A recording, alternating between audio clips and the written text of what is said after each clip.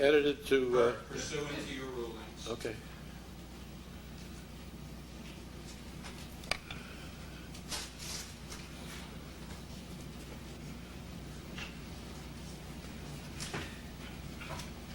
Your name, please. Nicolas George Brookes, and our business address is Broin Williamson Tower, 200 Liberty Street, Louisville, Kentucky. What is your position with Broin Williamson Tobacco Company? I'm the chairman and chief executive officer. Are you also the president?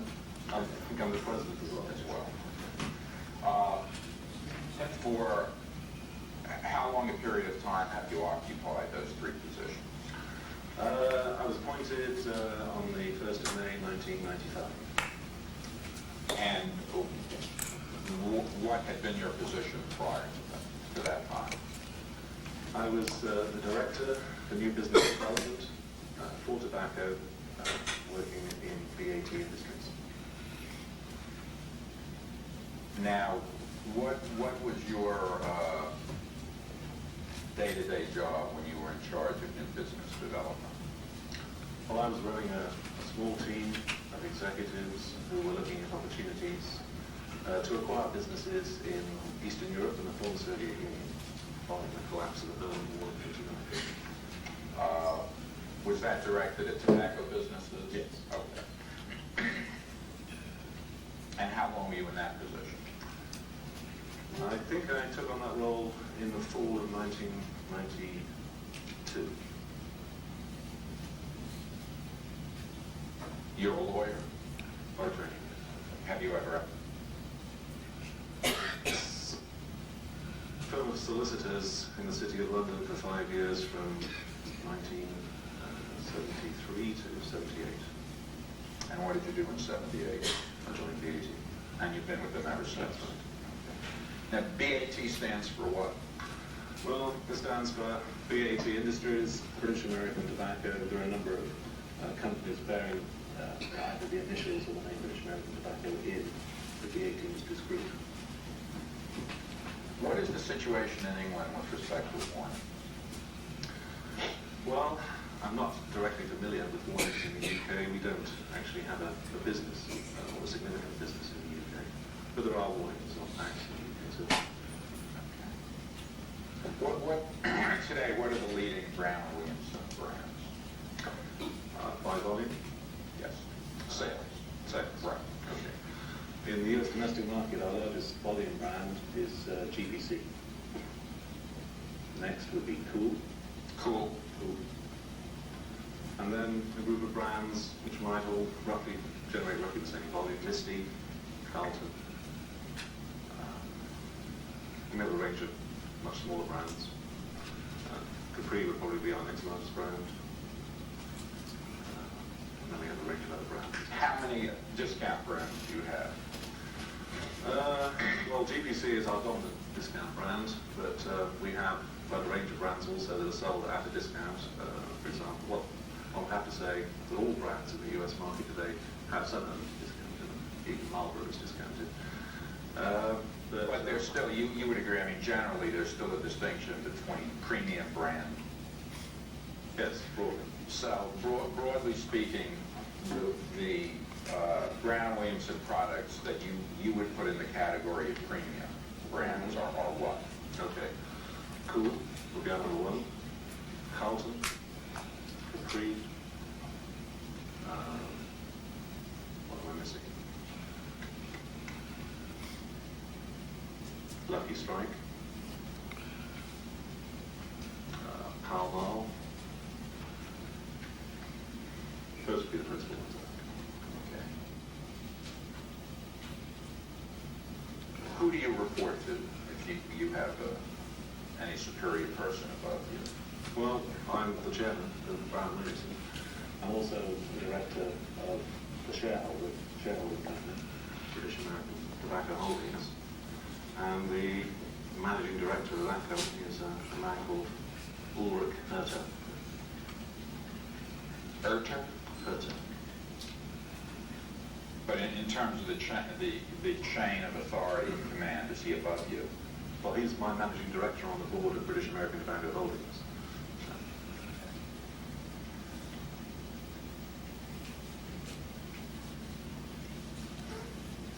Now, GPC and Cool and all the Brown Williamson products have warnings on them, correct? In the U.S. market, correct? What is the warning about cancer say? It says, Surgeon General's warning, cigarettes cause cancer, emphysema, heart disease, chronic obstructive bronchial asthma. It just lists a range of diseases associated with smoking.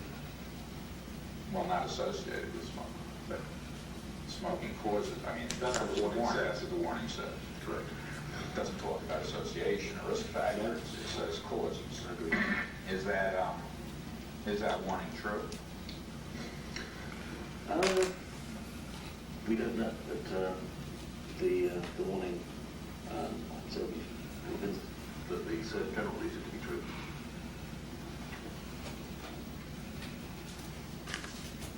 Well, what is the position, your position of the position of Brown and Williamson, on that? Are you saying it's not true, it may be true? I'm saying that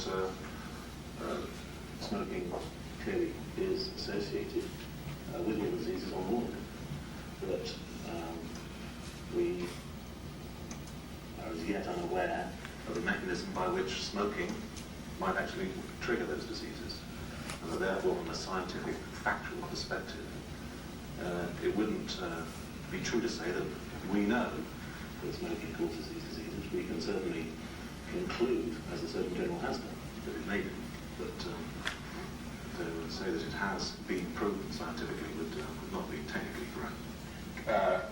Can you think of a mechanism that would satisfy you that causation had in fact been proved?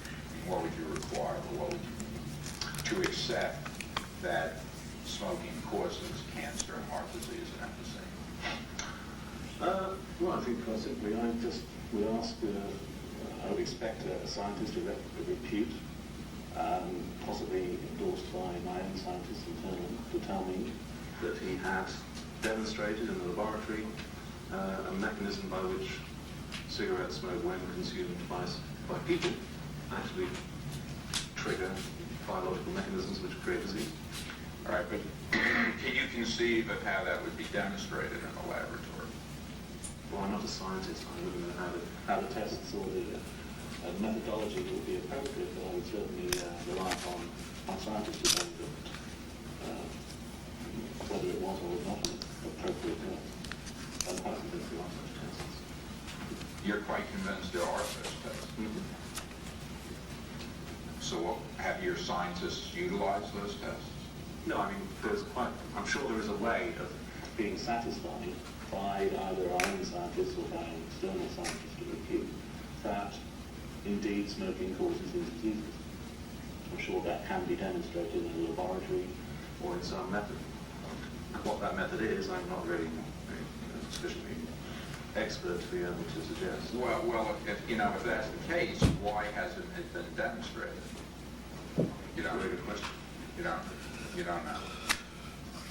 Well, Why because it hasn't as yet been demonstrated by any scientists. I think that's the conundrum that we face. So whilst there is an association between smoking and all these diseases, no one has been able to demonstrate a mechanism. And for all we know, no one ever will. There was a lot of excitement, I recall, last year, when a scientist, can't recall his name, announced that he thought he had found the mechanism. He was referring, I think, to the p53 gene. And subsequently, folk have indicated that that wasn't quite the breakthrough that everyone thought it was at the time. But there was a lot of excitement, I think, in the media and among the scientific community that maybe they had found it. But as you sit here today, you're not aware that such a mechanism exists or has been refined to the point where it can answer the causation question. statement is the factual situation. Have you ever read a document called a Frank Statement to Cigarette Smokers? Yes, I believe I have. And when have you read it most recently? Most recently would be about a week ago. In what context? I was reviewing documents, Preparing for this deposition. Is Broin and Williamson researching the issue of a mechanism relative to proving causation? Well, Are your people, your scientists, researching that? internally? Yes. No, I believe we are. I think what we're doing is funding external independent research through such mechanisms as the Council for Tobacco Research towards finding the answer to the question. Other than what is being funded through the Council for Tobacco Research, is your company funding any additional research on discovering a mechanism to establish causation? Right at this moment, I honestly don't know. Quite possibly, but I don't know.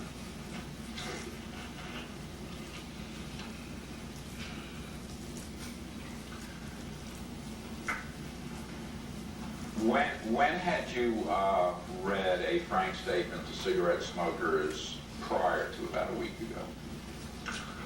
Well, I was aware of the document referred to as a Frank Statement. I don't know, I honestly can't recall when I first learned of it, but it was sometime in probably the first 5 years of my career with BAT. Now, when was that published? My understanding it was published in about 1954, thereabouts. Okay. And where was it published? I'm not asking you to identify particular publications, but in general, Where it was, well, I understand it was given a pretty wide circulation. I think I remember figures like 114 national papers or papers in throughout America, throughout the US. and what was the background of it?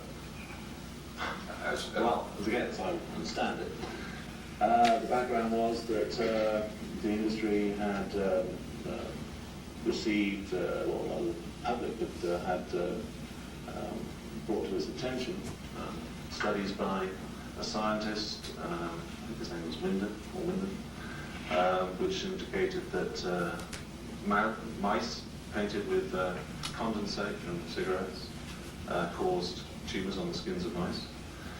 And there was also, I think at this time, epidemiological work coming out from a chap called, well, two people, Doll and Peters, I think compatriots of mine, indicating an association between smoking and lung cancer. And this was causing a lot of public concern at the time. So is it fair to say that a Frank Statement to Cigarette Smokers was published at least in part to allay the fears that consumers may have had in response to the science that was being published? I think part of it was the purpose of publishing it, yes. What is your definition of marketing? Marketing. Well, it's there are various elements to marketing, as textbooks tell you. There's product, price, promotions, and advertising, and it's making that combination of elements of a consumer product relevant to a consumer in such a way that he wants to go and purchase the product. Basically, would you agree that basically marketing is using a variety of means to convince the consumer to use your product rather than the other guy's product? Yeah, it's pretty fair. Are you a smoker? Yes. Which brand do you smoke now? State Express 555. State Express 555. Not an American brand. No, it's not an American brand, it's a Virginia brand. Is that that's available? Well, there are pockets of interest in State Express 555 in America. It's mostly among Asian American communities, Chinatowns, little Saigons. It's very popular, has been popular for many years in the Far East as a brand. Used to be smoked by Chairman Mao, apparently.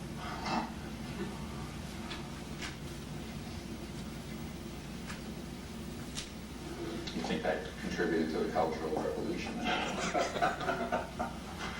Quite possibly, I think. Well, why are you attracted to State Express? What do you like about it? I think by general acceptance within BAT, it's our best Virginia brand. Quality of the tobaccos, taste, construction. Is it high in tar? It's, I think it delivers about 15 milligrams of tar. And how about nicotine? I think it's about 0.9. Do you have the pack on you? Next door. Or maybe Derek will break it. Yeah, sure. Show it to me. I'd like to see the pack. How heavy a smoker are you? Well, two to three packs a day. And I assume State Express has the standard number of cigarettes, 20 in a package. Okay. For how long a period of time have you been a smoker pretty much at that volume? Well, probably late 20s for that volume. At what age did you begin to smoke? Well, I guess I probably had I was trying to think about this the other day. I would say 15 is when I ended up including and had my first cigarette. Okay. From age 15 up until today, was there ever a time when you quit smoking? Mm-hmm. Tell us about the first time you quit. I think I probably quit twice for about 2 years at a stretch. But let's talk about the first time. I'm not sure I can remember the first time too well. Okay. Approximately how old were you when you quit for the first time? I think I was probably about 24, 25. Okay. And how heavy of a smoker were you at the time you quit for the first time? About a pack a day, I guess. And why did you quit? Couldn't afford it. Poor away. It's purely economic? Yeah, pretty much. Back then, were you on a salary as a lawyer? Yes, but I have to explain how the legal system works in the UK perhaps. You take a degree in law, as I did, then you go to a college of law for 6 months to take the Law Society examination. And then you go to a firm of solicitors for a sort of training period. You're basically a trainee, and they pay you a salary, but it's, rents in London eat up most of the salary, and you end up trying to make ends meet. And you quit for about 2 years? That's what I recall. Okay. And then what happened? You started to make more money and you could afford them? I think I joined BAT, actually. And they provided you with free cigarettes? Partly, yes. That's right. Okay. Was that one of the reasons you joined BAT? I don't think that would be quite the main reason. No, I think I was attracted basically by the opportunity for international travel. That's certainly been satisfied over the years. I'm afraid it has, yes. Probably rather more than I was expecting. Like my understanding is you just came back from Korea. Yes. For this deposition. That's the temperature in the room. Okay. When you began smoking again, did you go back to 1 pack a day, or were you a heavier smoker? Well, I think I'm naturally a 1 to 2 pack a day man. Sometimes 2 to 3, depending on the amount of work and what's going on in the organisation. Okay, now you said there was a second period of time when you stopped smoking for about 2 years. Yes. And when was that in relation to the first time you quit? 10 years later, 15 years later? Ooh, probably about 10 years later, yeah. And what? No, I can be more specific on that. Sorry, let me just work this out backwards. Or give me the year. Well, I'm just thinking about it because I remember when I took it up again, and that must be able to work back when I quit. So I think it was probably around 1990. I quit. I took it up again in the fall of 92 when I took up this other job of going around parts of Eastern Europe. What were the circumstances under which you quit in 1990? I just decided I was ready to quit. But there must have been a reason. Trying to remember back. I mean, sometimes you enjoy smoking cigarettes, sometimes you decide you don't. I think I just decided I had enough for the time being. Did it have anything to do with health or your concern about possible health consequences? Well, trying to recall, I think I was probably on some sort of get fit kick, exercising more regularly. Probably I was training for the London Marathon, which I have to say I never actually took part in. Something along those lines. Okay. And then what were the circumstances where you took up smoking again about 2 years later? Well, this last job, new business development, was pretty stressful, required a lot of late night negotiations with some pretty difficult characters. And I just decided maybe it'd be good to be a smoker again.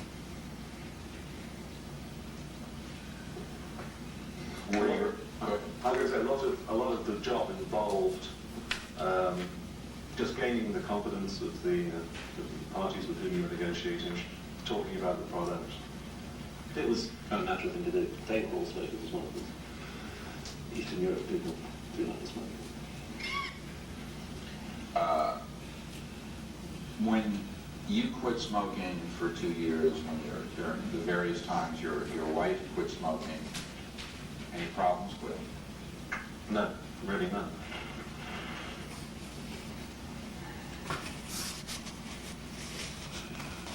Just decided, put away your cigarettes and dealt with it. I should say I'm speaking for myself. I mean, I can't speak for her. I like that. Pretty much. You've met people in your lifetime, haven't you, who were smokers and wanted to quit, said they wanted to quit, and said they tried and they were unable. Have you? I guess I may have had conversations with people about whether it's difficult to quit or not. But I think most people who tell me they wanted to quit would now have quit. I don't think anybody offhand who's still smoking who said I want to quit and I'm finding it difficult who is still smoking. Have you known people, smokers, that had to take courses or be hypnotized or used products on the market, such as nicotine gum or Nicoderm or any of the other aids to help them quit smoking? No, not like at all.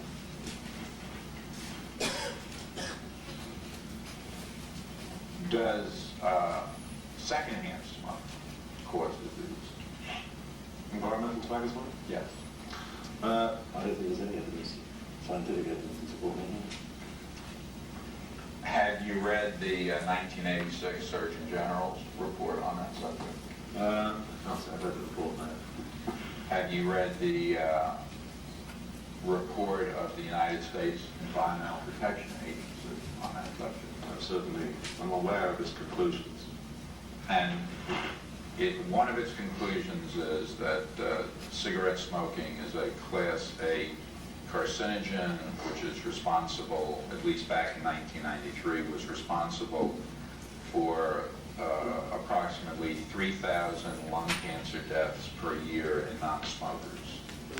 I believe that's what the report concluded. Okay. So what's your basis for saying that those conclusions are not true? Well, first, my scientists tell me that the EPA study is an unusual study, shall we say, in the way the statistics were calculated. But more importantly, I suppose, I'm aware of the Congressional Review Service's publication on their analysis of the statistics on ETS. And basically they say that the conclusions reached by the EPA are unsupportable. Have you ever discussed the subject of secondhand smoke with physicians, with scientists, totally unconnected to the tobacco industry? No, I don't believe I have. I've seen some ads taken out by Philip Morris and R.J. Reynolds, full-page ads published in the New York Times, the Wall Street Journal, many other newspapers, basically attempting to point out to the public why the conclusions of the EPA are not proper scientific conclusions. Have you seen some of those ads? I think they came out mainly in about 1994. Well, I was going to say, I think it might have been before my time. Okay, but I mean, I have no idea what you have reviewed since assuming your present position. Yeah. Have you had occasion to review those ads? I've reviewed lots of documents, but not those ads. Okay. To your knowledge, did Brown and Williamson ever do similar ads, either in America or anywhere else? I believe we did run some advertisements talking about science and the smoking and health issue. To be honest, whether they were about ETS, I really can't recall.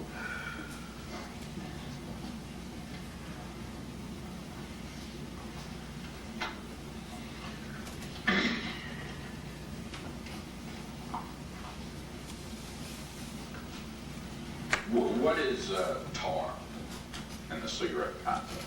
Tar? T-A-R. It's the particulate matter in smoke that is condensed and collected on a filter pad. Now, there are some people who believe that if you smoke a cigarette with less tar as opposed to more tar, that it is less hazardous to your health. What is your position on that? Well, I know that consumers maybe have that perspective. Unfortunately, we're unable to say one way or the other whether it is or is not safer. Okay.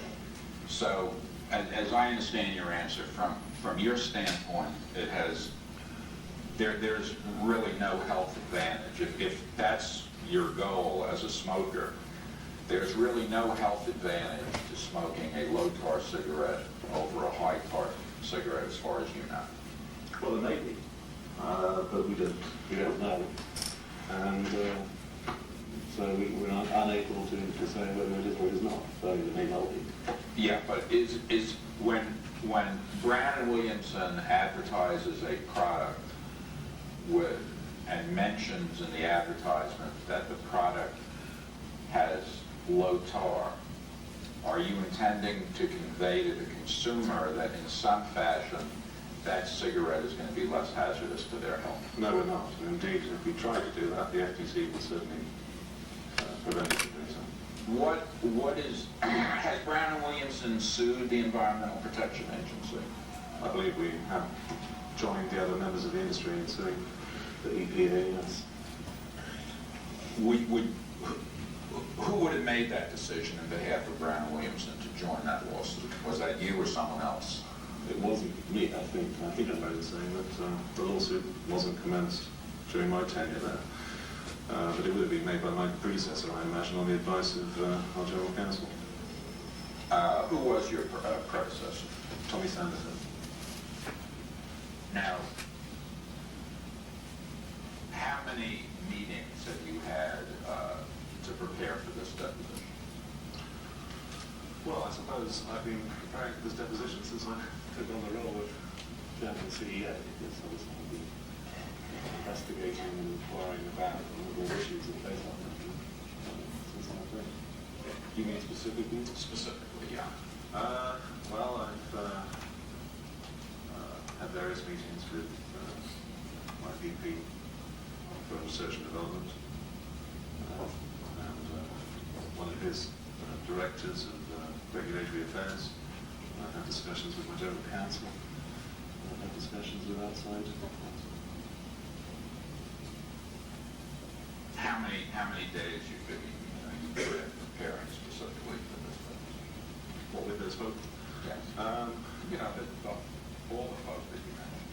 Hold on. Well, Can you raise the volume up when you're hiring that? So I would be doing naturally as part of my role as chairman. No, I want you to separate out pretty much the conversation, the preparation, the discussions you had focusing in on preparing for. Specifically, once we knew we had a date. Correct. I would say about 4 days.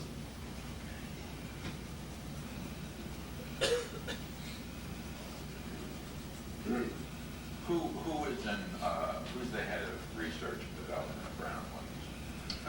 The man called Tilford Real.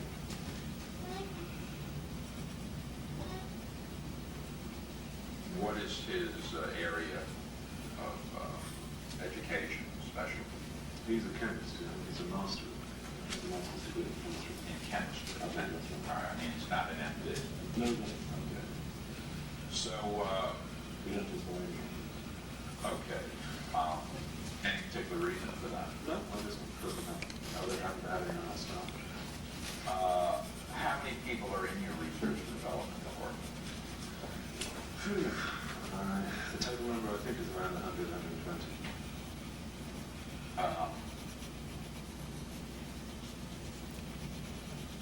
So when you came into your present position, obviously you were aware of litigation going on. You were aware of the various issues under the broad umbrella of smoking and health, and you did your best to get current, to have some understanding of these issues. Okay. So what did Mr. Real, tell you to, assist you to have an understanding? Well, I think I really identified a few areas for him, and we've really been meeting on a fairly regular basis over the last 2 years, going through these issues, him educating me on some of them, and the question and answer session.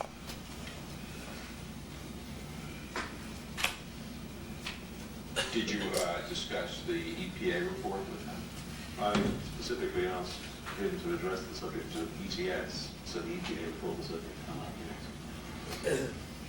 Does Mr. Real have any background in epidemiology? I believe so. And obviously you discussed how to address the question of does cigarette smoking cause cancer and other diseases, and what's his position on that? Well, his position is the one I've already expressed.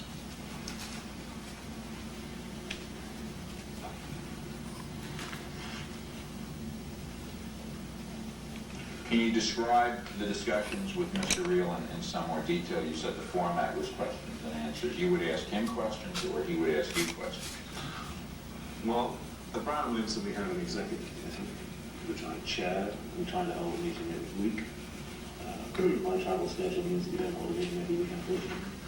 But what we do is, at least quarterly, we have either Tilford or Scott Appleton, the Director of Regulatory Affairs I was mentioning earlier, come and talk to the Executive Committee about a subject. It might be eating it, it might be cigarette smoking authorization, it might be any of the issues, or something very current, like the P53 gene issue.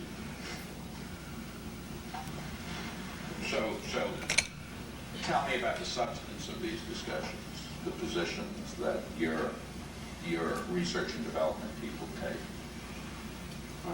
That's a pretty broad question. Well, okay, what have they told you is their opinion about smoking and health as it relates to cigarette smoking causing disease?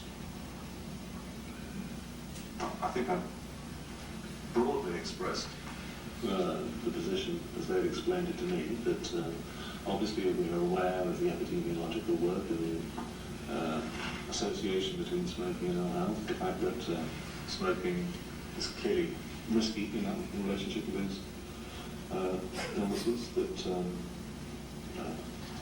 we have been funding research through the CTR. The industry has indeed, in today's value, funded some $800 million worth of research through the CTR, with a view to trying to understand the basic issues surrounding smoking. And to date, there is no mechanism demonstrated. There's a number of confounding factors in the statistics. There's a lot of issues still remain to be asked. Well, there are an abundance of articles by respected medical doctors and scientists who have published in the New England Journal of Medicine, the Journal of the American Medical Association, where they flat out say that cigarette smoking causes approximately 500,000 deaths of Americans every year. And they use the word cause. Mm-hmm. These scientists and medical doctors use the word cause. So what I want to know is, have your research and development people ever explained to you why all these independent scientists and medical doctors are satisfied that cigarette smoking does in fact cause cancer and heart disease and emphysema? And the tobacco industry is still talking about relationship and association. Well, I mean, my view on the subject is that the public health authorities, the Surgeon General and other people are perfectly entitled to conclude from the statistical evidence that smoking does cause these diseases. I think my position, however, has to be slightly more factually based. And it has to be based on scientific fact. And even if you spoke to the scientists you refer to, who may be saying this in publications, etc., if you ask them what is the mechanism by which smoking causes these diseases, they would be unable to tell you. That if a relative or a friend knows someone and they develop lung cancer and they were a 2-pack a cigarette a day smoker for 30 years, that the only reasonable conclusion for a layman to draw is that what caused their lung cancer was smoking those cigarettes for 30 years. Well, I'm not entirely sure what we're discussing here, because there have been numerous studies done of what people think about smoking, and I think they generally conclude that people do indeed believe, the layman does indeed believe, that smoking causes cancer. If you want me to say that, I'm very happy to say it. Well, isn't it true that it's Broin and Williamson's intention to create a controversy about causation where none really exists in the real world? No, I don't think so. Who else other than the tobacco industry is interested in the mechanism? In other words, if people are satisfied that someone who smokes a lot and they develop lung cancer, what caused their lung cancer is the history of smoking, from a common sense layman standpoint and from a public health standpoint, who cares what the mechanism is other than some ivory tower people? Well, I hope that every consumer of cigarettes in this market cares, because if we could establish what the mechanism was, if there is indeed a mechanism, then we'd be well on the road to actually trying to find ways to eliminate whatever is in cigarette smoke that might be causing that mechanism. So we would be embarking upon an exciting new era where we could uncouple cigarette smoking from the statistical associations that it currently has. Mr. Brookes, I'm sure you've seen this. It's apparently some background information on you consisting of one page. Sure.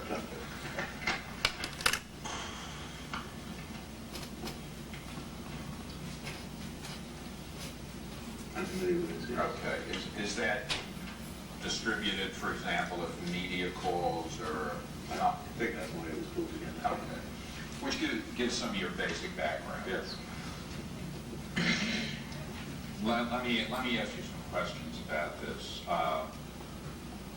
It says, in 1990, you were appointed chairman and managing director of BAT. then in parenthesis, UK and Export Limited, the group's major United Kingdom export marketing company with sales in some 160 countries nationwide. Now, am I understanding that correctly? Are Brown Williamson tobacco products sold in 160 countries? Well, no, this was BAT UK and Export was an English company, British company. Toward the bottom. Yeah.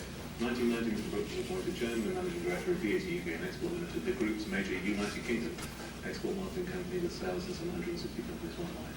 So that was BAT UK and Export's business. Okay.